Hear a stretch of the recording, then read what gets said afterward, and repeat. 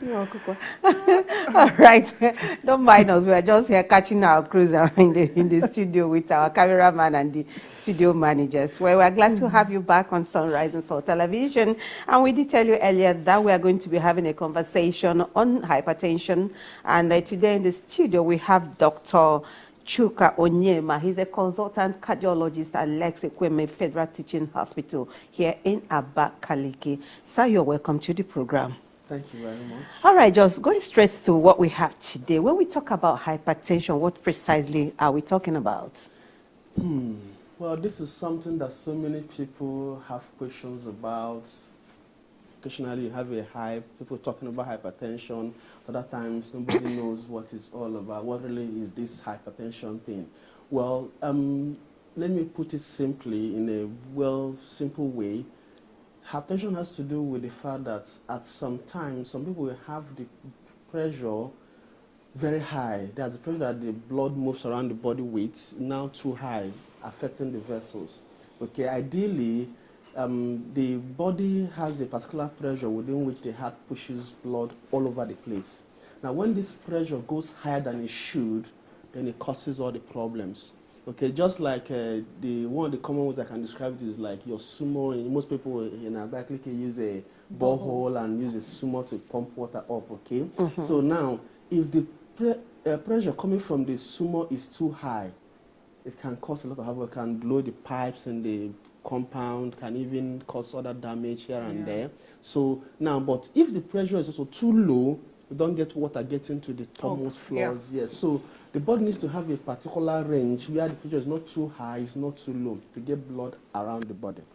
Unfortunately, in those that have hypertension, that pressure is too high.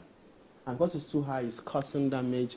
And most times, they don't know until it's too late, because now you can have ruptured vessels in the brain, causing stroke, you can have damage to other organs in the body, like the kidneys, even the heart itself, even the eyes. Most patients that are sent to us come because they have problem with their sight, and then they go and they find that this hypertension that is causing damage to the eyes.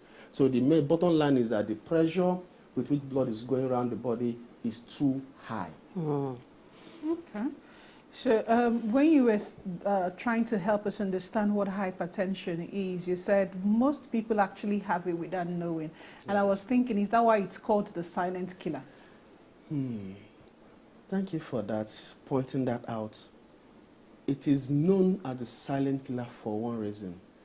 Hypertension on its own does not give any signs or symptoms. The symptoms that the patient will come with are the symptoms of the damage to the other organs of the body. Such as? If it affects the eye, like I mentioned earlier, they have poor vision. If it hits the arteries in the brain, they come with a stroke. If it is the supply of the heart itself, you can have a heart attack, like this common slump and die we have all over. Somebody just comes, slumps, and that is it. Okay, then some other people will have a heart failure because the heart is now working with too much pressure that it fails to meet its duties. It can't do work again because it's overworked. It can cause damage to the kidneys, and then you have the kidneys shutting down. Most of the people that have kidney failure, majority of them, let's say, third, as a result of hypertension. Okay, so now you see these people coming down with symptoms of those end organ damage, not hypertension itself. Occasionally, it may surge very high, and the brain starts crying, I'm in trouble, and then the person will start maybe acting somehow semi-conscious or have altered sensation, not here, we're not feeling so well, talking off point. So then we have severe headaches, and they come, but those are often the signs of the fact that it's causing injury to the brain, but not hypertension. So that's why it's called a silent killer. It's silent, it stays there, does its job in the background until it's too late. So the only thing to save the person is if you find it before it causes those damage. And unfortunately for our people here, the bad cultures helps bad health-seeking behavior. Nobody wants to be told you have hypertension, so nobody wants to check. Somebody was told me, if you go and check, they will tell you you have high BP. So I don't want to check. Let nobody tell me anything. Okay, so because of that fear that you'll be told you have hypertension, they don't want to go and check. Sometimes it's also cost related because, I mean, when you were talking and you said it doesn't really have a symptom, but it's the symptoms that we see are symptoms from the organs that have been affected, right? Yeah. Me, I was not thinking, chai. So every single time someone has headache and go and take anti-malaria and typhoid, it could actually be you having hypertension and you're treating a different thing. Well, yes, actually, because the truth is this thing is quite common. At least globally, about 33% of the people all over the world, like not more than 10 million people, have hypertension. Okay, and that's common in Nigeria. Well, from available statistics, about 33% of the people thereabout have it. But the bad thing is this: among those that have it, only about 20-something% of them know they have hypertension. And among these 20% that know, less than 3% are actually on treatment. So somebody will say a third of those who have it, only a third of those who have it know they have it. And only a third of those who know they have it are actually on treatment. Okay. And only a third of those are controlled. All right, so what is the root cause of hypertension?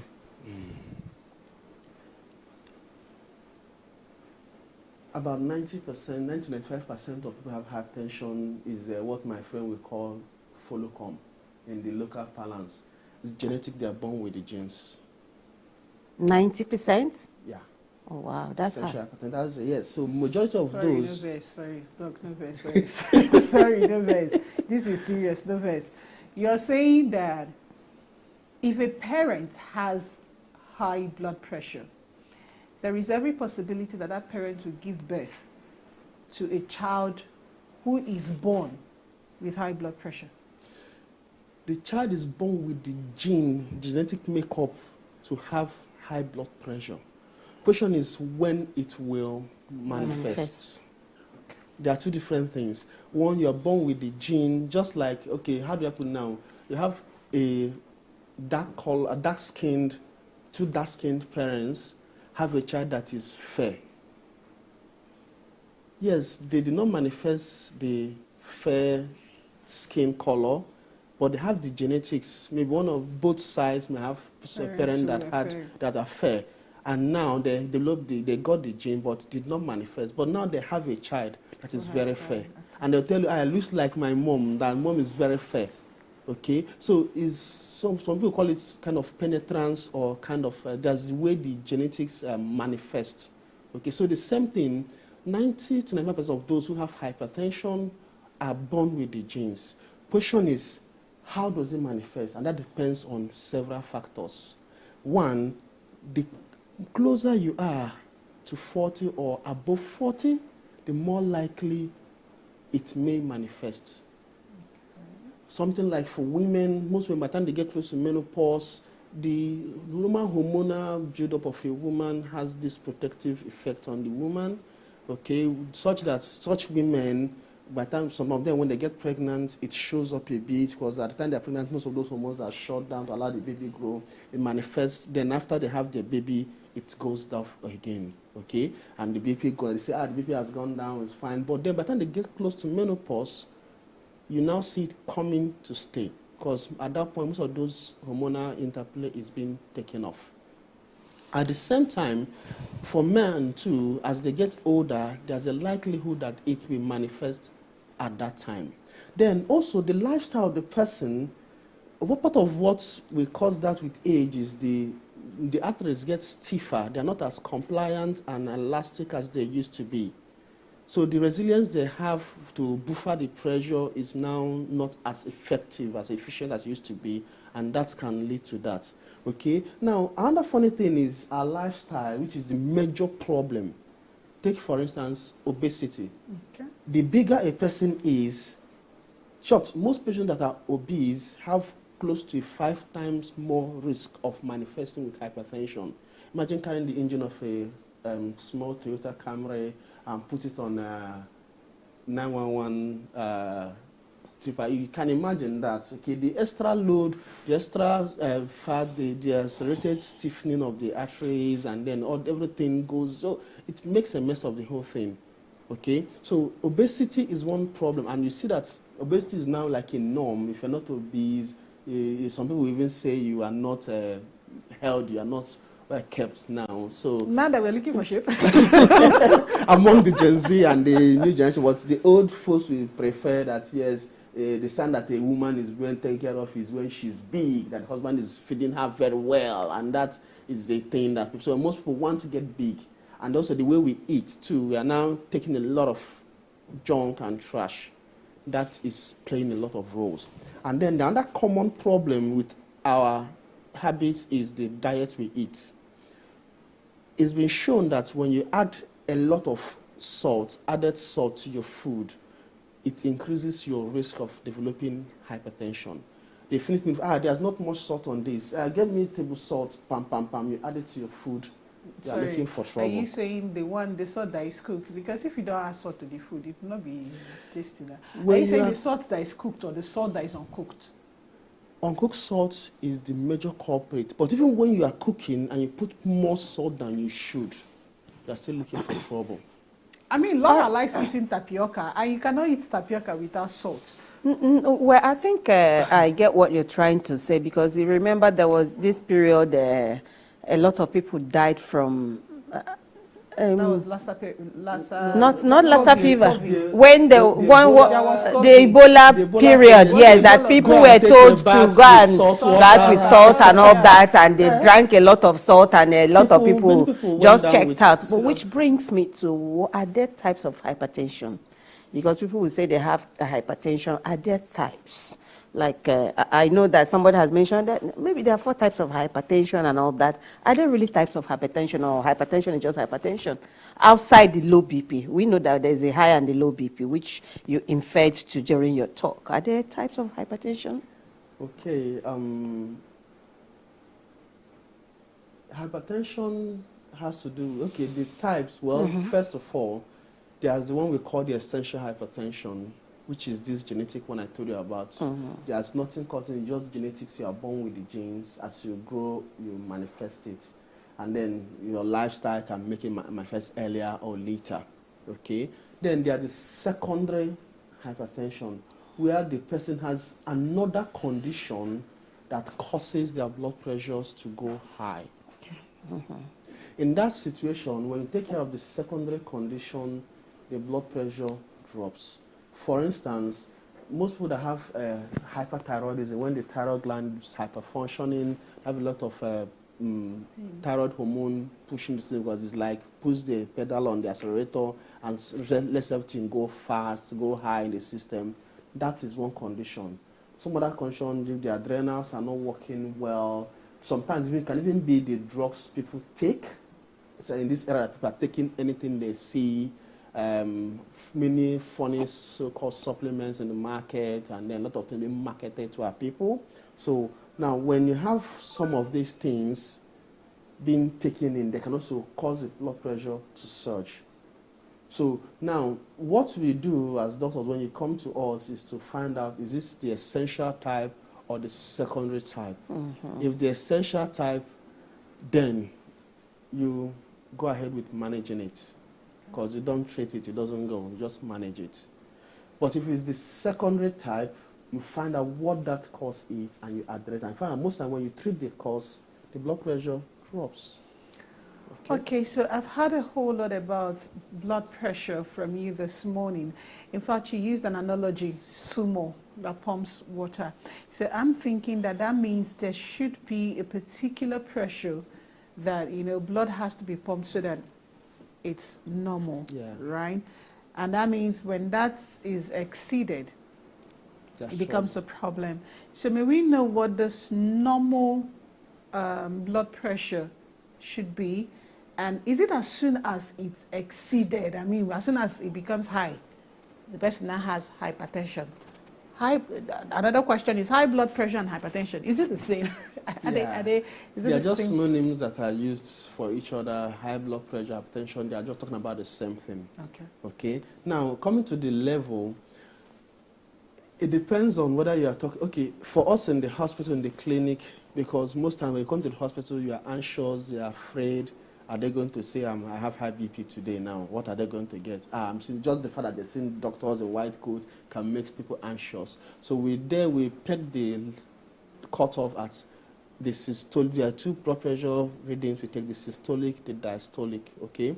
Maybe I won't go into the details here, but for the cutoff, for the systolic is above 140. Okay. We know it has up and down. Yes. So the up should not be more than 140, and the down should not be more than 90. Across all ages? Well, for children is a different thing. For children, you measure theirs based on their weight, their height, and their body surface area, calculated based, of course. A child that is big, we may have a different cutoff than for that of a child that is very small or asthenic, not the big child. Okay. So, but for the adults, it's 140, 90.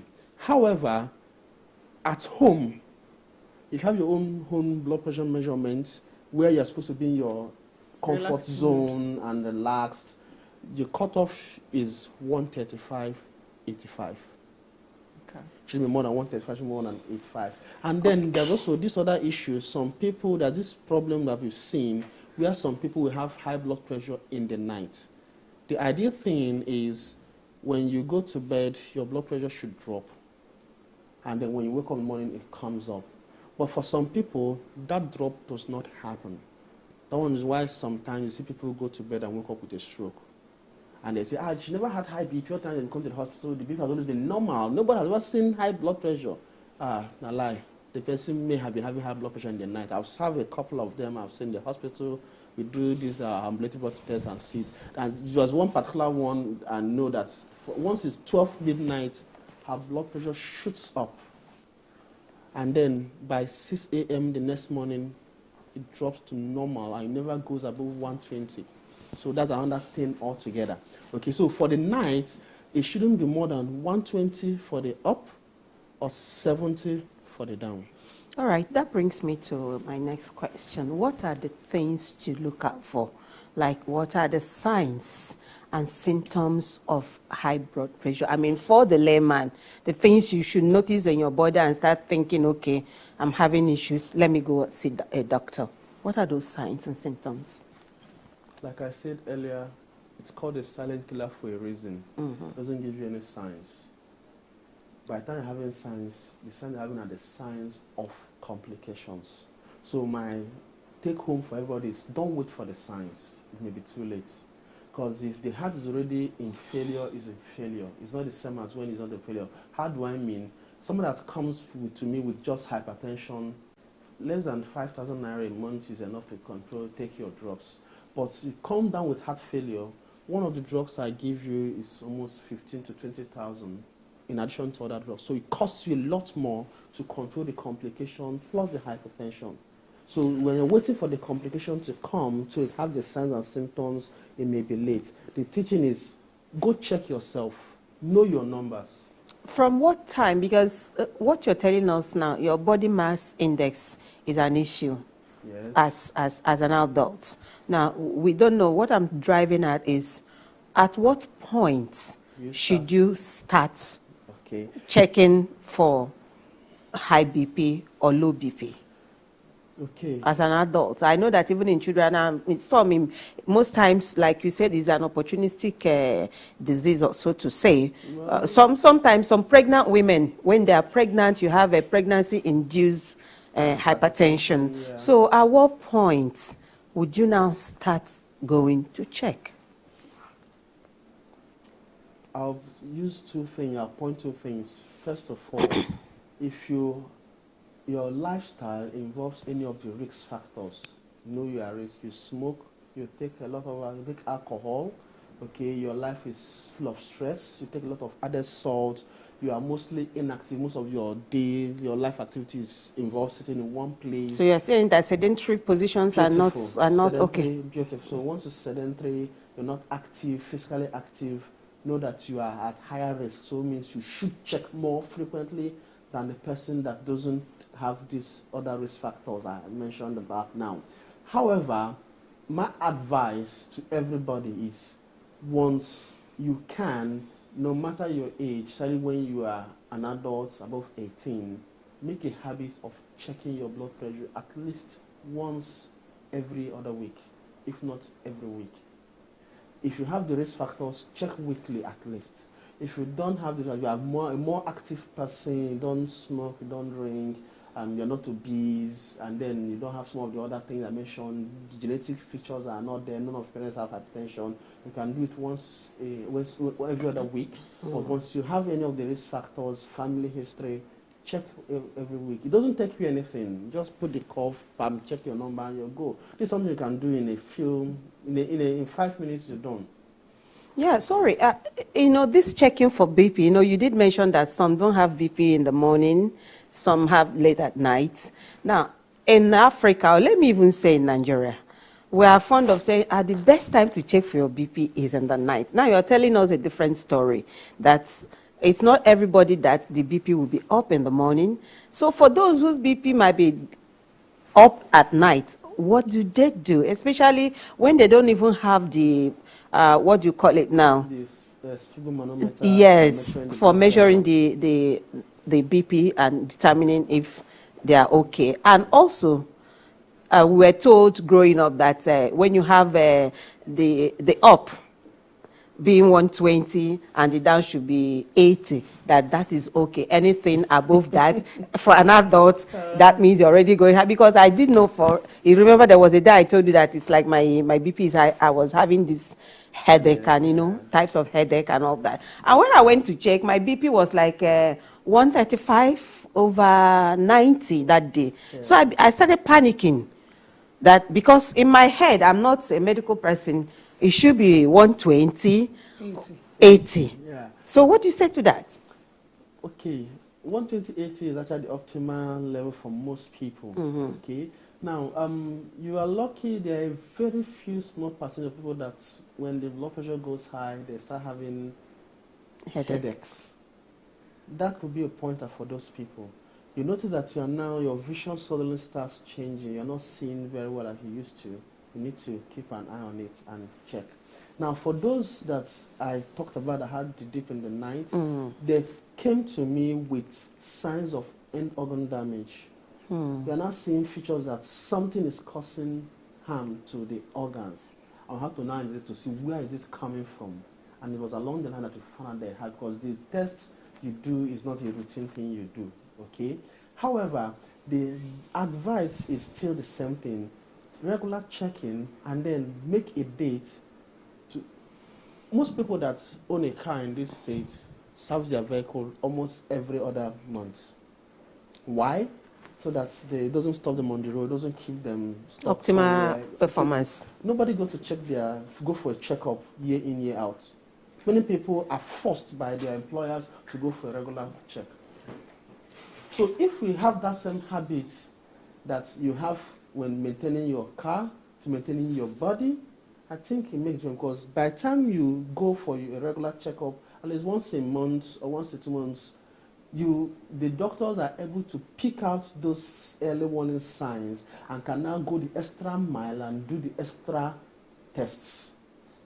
Do you understand now? Yeah. So it's just for us to change our habits. And many will tell you, I come to and I stay in the whole day waiting for my turn, that you just waste the whole day.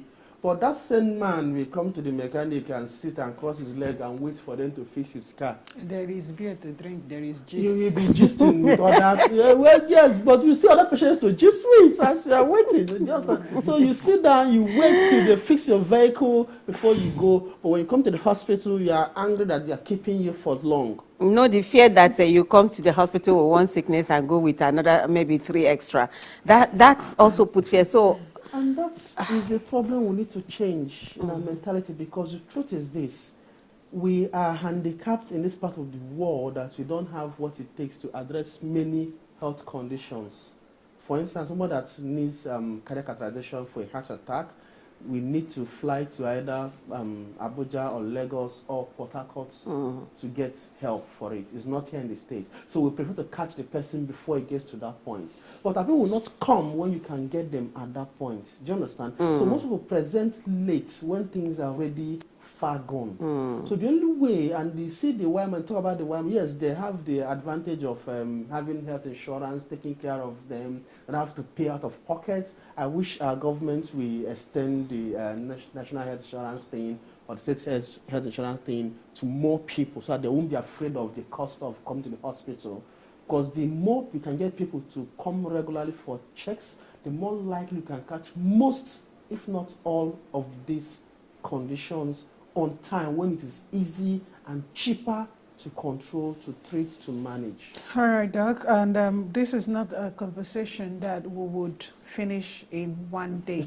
But, you know, as a way of rounding off, I would just want to know, you know, sometimes the reason why people do not want to know that they have a particular health condition is so that they are not constrained in the way they live their lives. So hypertension, is it one of those diseases that you would, is it a disease, a health condition that you would have and you would not lead a normal life? No. First of all, define normal. That is where we may get it wrong.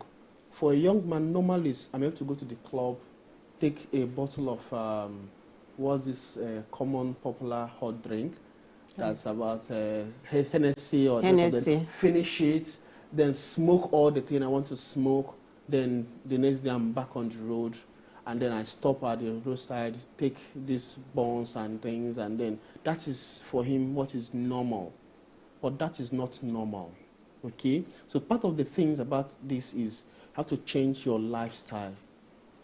Wake up in the morning, consider having at least every other day regular aerobic exercise. It could be walking, could be jogging if you have the grace to jog, could be playing tennis, anything that will make you active, okay? Places that you can easily walk, don't take a bike, walk the distance. Increase your physical activity. That's why you can see old people in the village, as old as they are not hypertensive, they don't have those problems because they're always walking 1 mile, 2 miles to the farm, they're always active physically. And you see those that are younger than them coming down with this crazy condition because they're always seated from your office to your car, to your house, to your car, to the market, and you're just not active physically. So you need to change your lifestyle, become more physically active, change your diet, okay? Avoid all these junk things. Eat more of natural things, green vegetables, fresh foods, fresh fruits. Avoid all the processed foods as much as possible. As much as possible. Low fat, fried things, okay? Then those that smoke, stop smoking. It's not healthy, it's not regular. Alcohol, cut it down if you cannot stop, okay? And then weight reduction. See, for every kg you lose in your weight, your blood pressure drops. Most of my patients get to a point where they need less or no drugs by just losing weight. So for every weight you lose, for every kg you lose, as in you also best in lose weight. So basically, you need to make some life-changing decisions. All right. All right. You know, when you're talking about losing weight and all that, Amaka is looking at me and I'm looking at her and I'm like, okay. The other we were just talking about hitting the gym. We're talking about hitting the gym. We'll have to go to the gym and do something and lose weight. Yes. And now the more reason why we should actually do that. Do that. They will write in cigarette pack.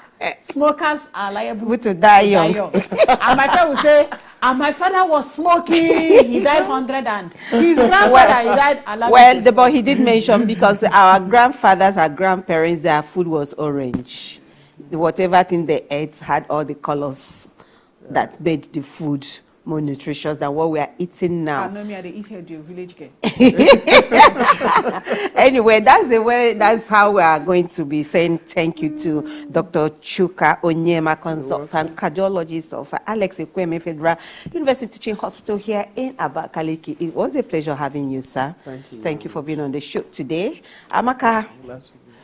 Okay, yeah, so Amaka is here. Thank you so very much. Dr. Chika, I must say that speaking with you and getting you to come was so very easy. Thank you. I mean, if all doctors are like this, who needs to eat an apple a day to keep doctors away, right? But you would have heard that hypertension doesn't always give you a warning, right? But the dangers are real. There's stroke, there's kidney failure, there are heart problems. But the good news is it's highly preventable and it's manageable. And as Doc has pointed out, check your blood pressure regularly, eat well, move your body. And if you have hypertension and the medication has been prescribed, please stick to it as you would stick to going to Mass every day. Let's take charge of our health. One small change at a time. Thank you very much. Stay informed, stay healthy.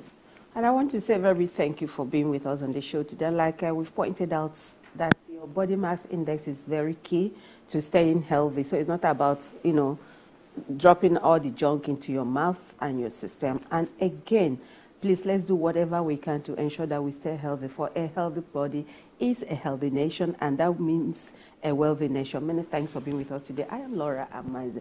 See you again on Friday. Bye.